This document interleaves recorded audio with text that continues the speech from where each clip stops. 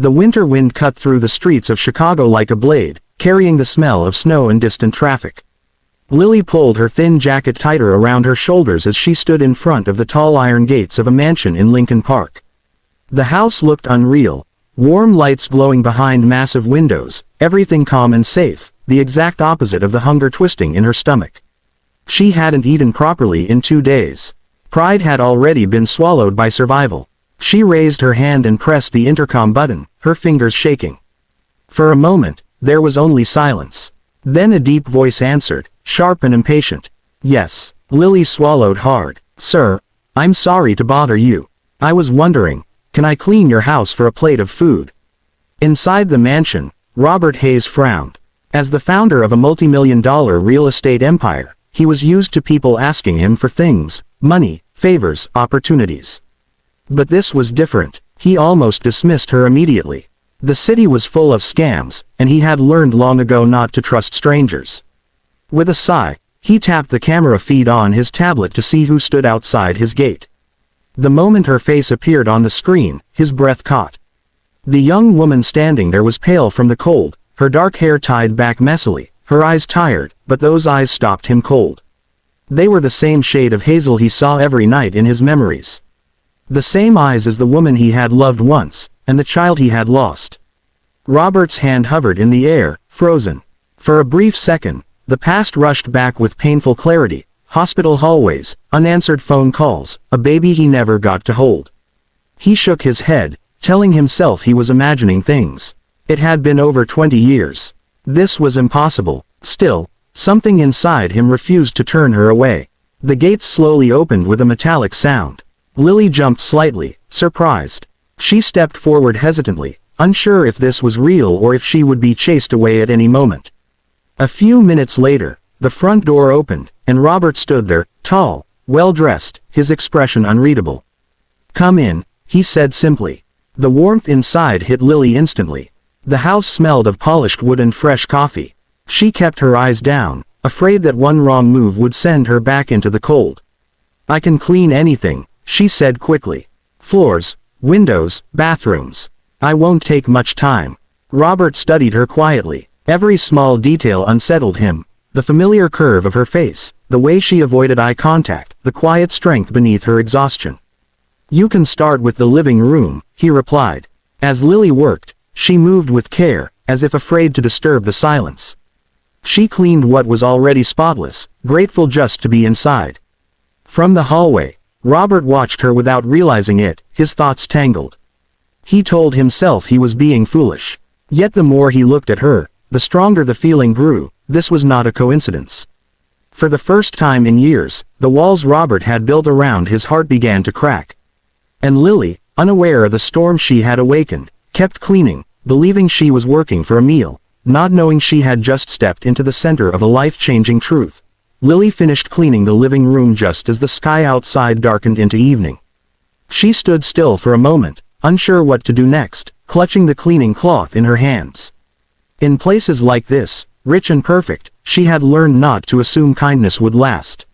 Every good moment in her life had always come with an ending.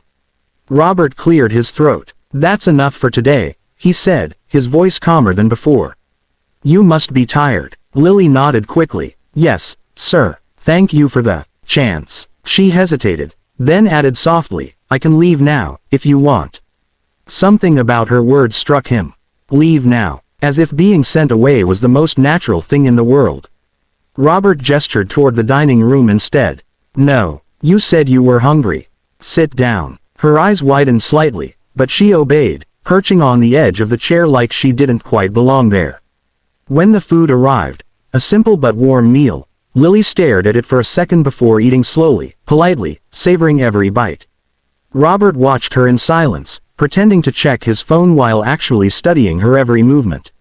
"Where are you staying?" he finally asked. Lily lowered her fork. "Nowhere permanent," she replied.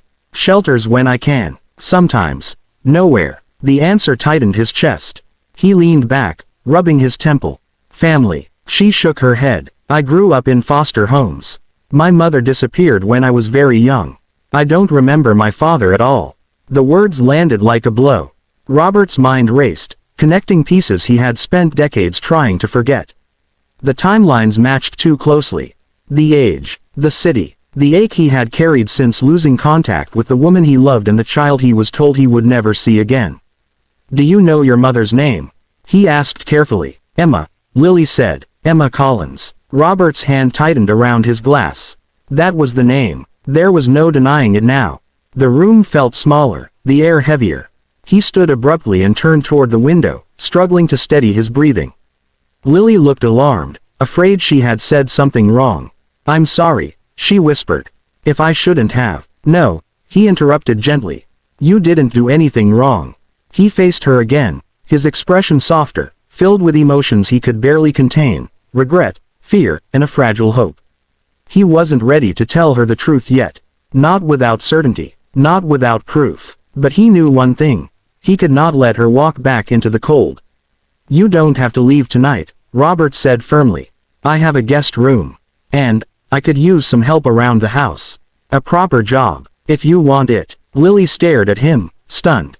"You mean, stay?" "Yes," he replied, "at least for now." Tears burned behind her eyes, but she forced herself to nod, afraid if she spoke, she would break down completely. For the first time in years, someone wasn't treating her like a problem to be moved along. As Lily followed the housekeeper to her room, Robert remained alone in the dining room. He pulled out an old photograph from his wallet, faded, worn at the edges. A young woman smiled at the camera, holding a baby with hazel eyes. His hands trembled. "After all these years," he whispered, "could it really be you?" That night, two strangers slept under the same roof, one searching for survival, the other standing on the edge of a truth that could change both their lives forever. Morning light filtered through the tall windows of the mansion, soft and golden. Lily woke slowly, confused for a moment by the warmth of the bed and the quiet comfort around her. She sat up, looking at the clean room, the neatly folded blanket, and the door that had been gently closed, not locked. For the first time in years, she hadn't slept with fear pressing on her chest. Downstairs, Robert had been awake for hours. He sat at his desk, surrounded by old files, photographs, and documents he had sworn never to open again.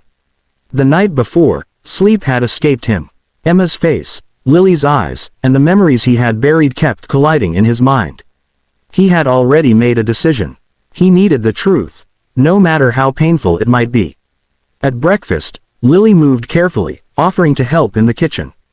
Robert noticed how naturally she tried to be useful, as if her worth depended on it.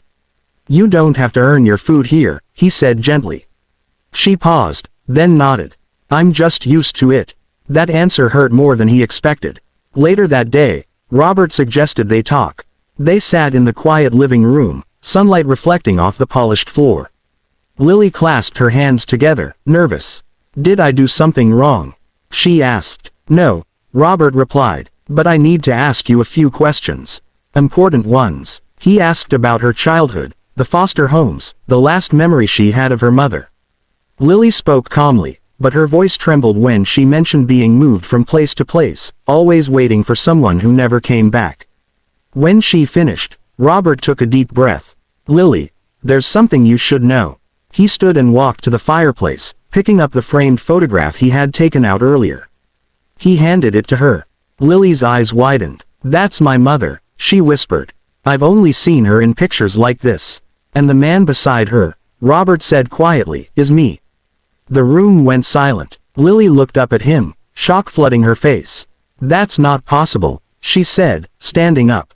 "I was told my father didn't want me. That he disappeared." Robert's voice cracked. "I was told you were gone. That I'd never find you. I spent years looking, and years believing I had failed." Tears streamed down Lily's face as anger, confusion, and longing collided inside her. "All my life," she said, "I thought I was alone." "You weren't," Robert replied, stepping closer but stopping himself, giving her space. "And if you'll allow it, you never have to be again." They agreed to confirm everything properly, but in their hearts, the truth already felt undeniable. That evening, Lily didn't eat like a guest or a worker, she ate like family. Slowly, freely. Days later, the results confirmed what their hearts already knew. In time, the mansion no longer felt cold to Lily. And Robert, once surrounded by wealth but empty halls, finally heard laughter echo through his home again. What began as a desperate request for food became the reunion of a family that had been broken, but never truly lost.